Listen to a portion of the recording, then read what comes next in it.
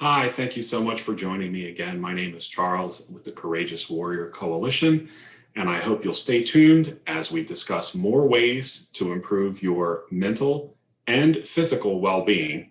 This is Resiliency Tip Tuesday.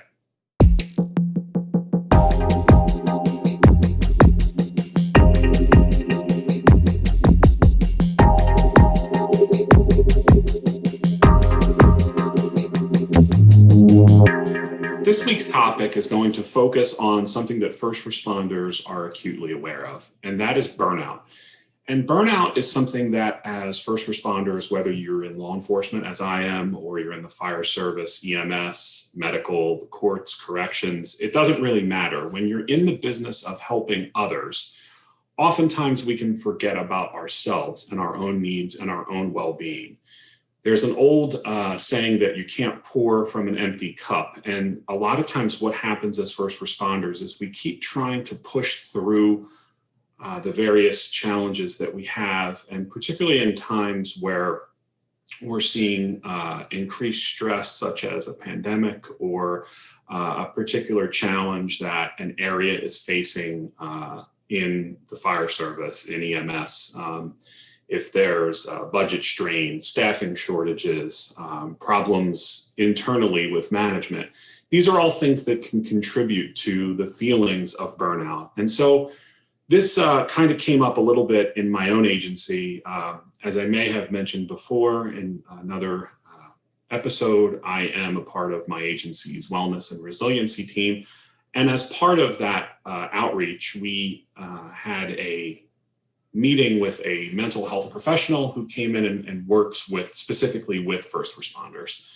And the topic of burnout came up, and it was something that prior to going into the meeting, myself and some of my coworkers, and that was law enforcement personnel, as well as assistant prosecutors and people that work in the prosecutorial side of law enforcement, kind of looked at burnout as something that happens out there and somebody else. I think we all know that person in our agency that we can turn to when we're really looking for that negative piece of information, or that person who's consistently negative about just about anything that you bring to them. And so we all know that person that we would consider burned out. But as we were going through some of the slides that this professional in first responder mental health was covering with us, we discovered that pretty much everyone that was there experienced some form of burnout. And I think unless you're brand new to the job and you're still feeling the excitement of just first being on that job,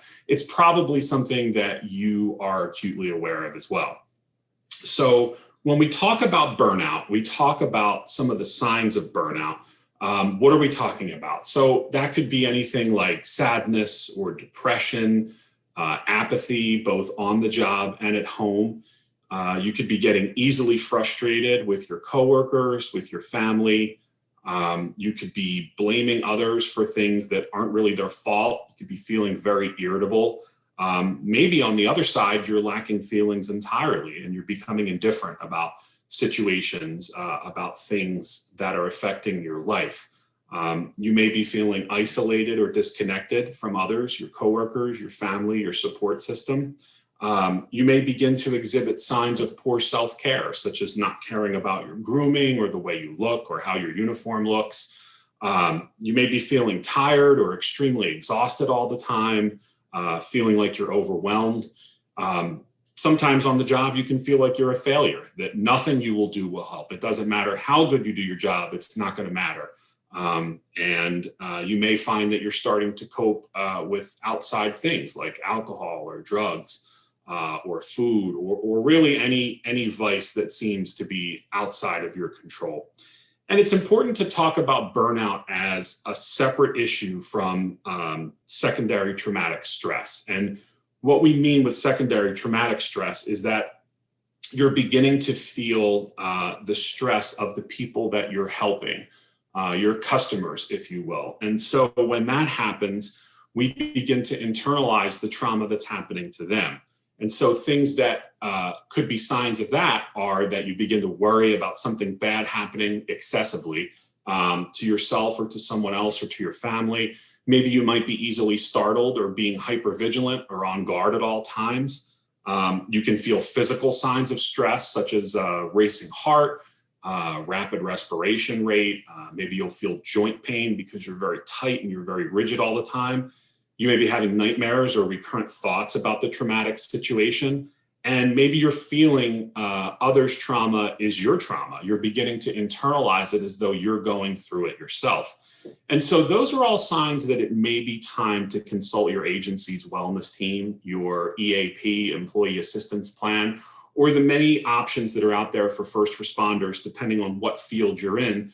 There are usually national or state or local organizations that focus on first responders and the trauma that they may be going through.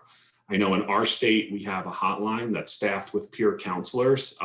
Most of them, if not all of them, are retired law enforcement or current law enforcement that have been staffed at a hotline that folks can call for help and speak to someone who understands the circumstances. I know other occupations have similar types of support systems in place, but you may want to reach out to someone at your agency who you know is who's a partner, who's positive, who is a sympathetic ear. Maybe this isn't the time to reach out to that guy or girl that we all know we can rely on for that negativity, but maybe someone to incorporate the buddy system where you can check on each other and make sure that you're doing things like taking time for yourself to take some sick time, to take some time to recharge your batteries.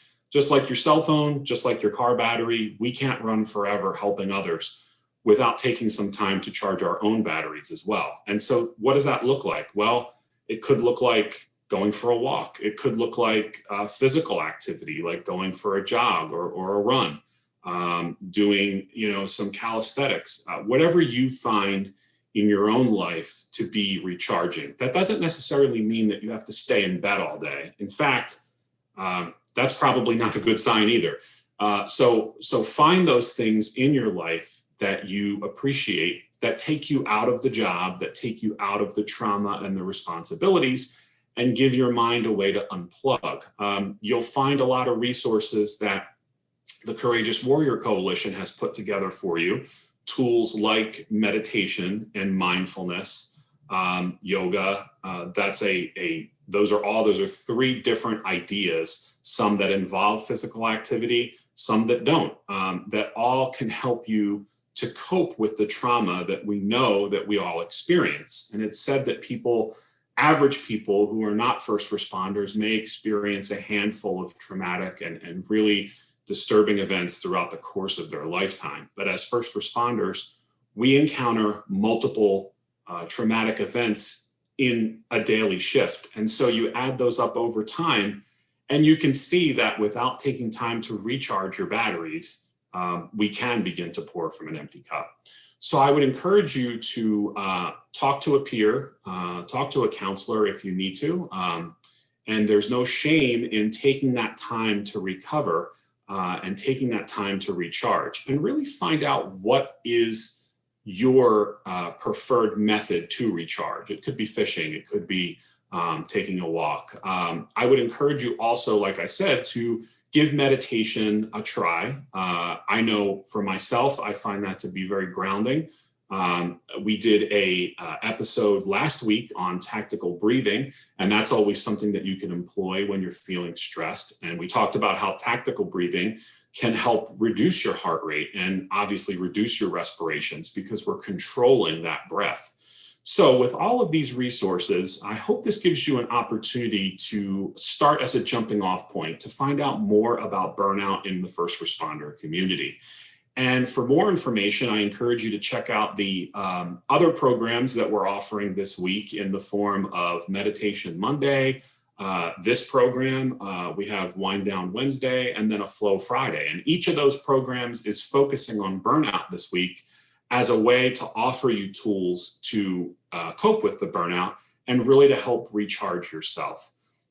So thank you so much for watching. Check out all the content that we have available at courageouswarriorcoalition.org. You can search for Courageous Warrior Coalition on any of the popular social media sites. All of our videos are posted on our YouTube page, which can be found by searching for Courageous Warrior Coalition. And be sure to watch out for yourselves and others. Remember, as you're taking care of other people, you have to make sure to take care of yourself. Stay safe and stay well.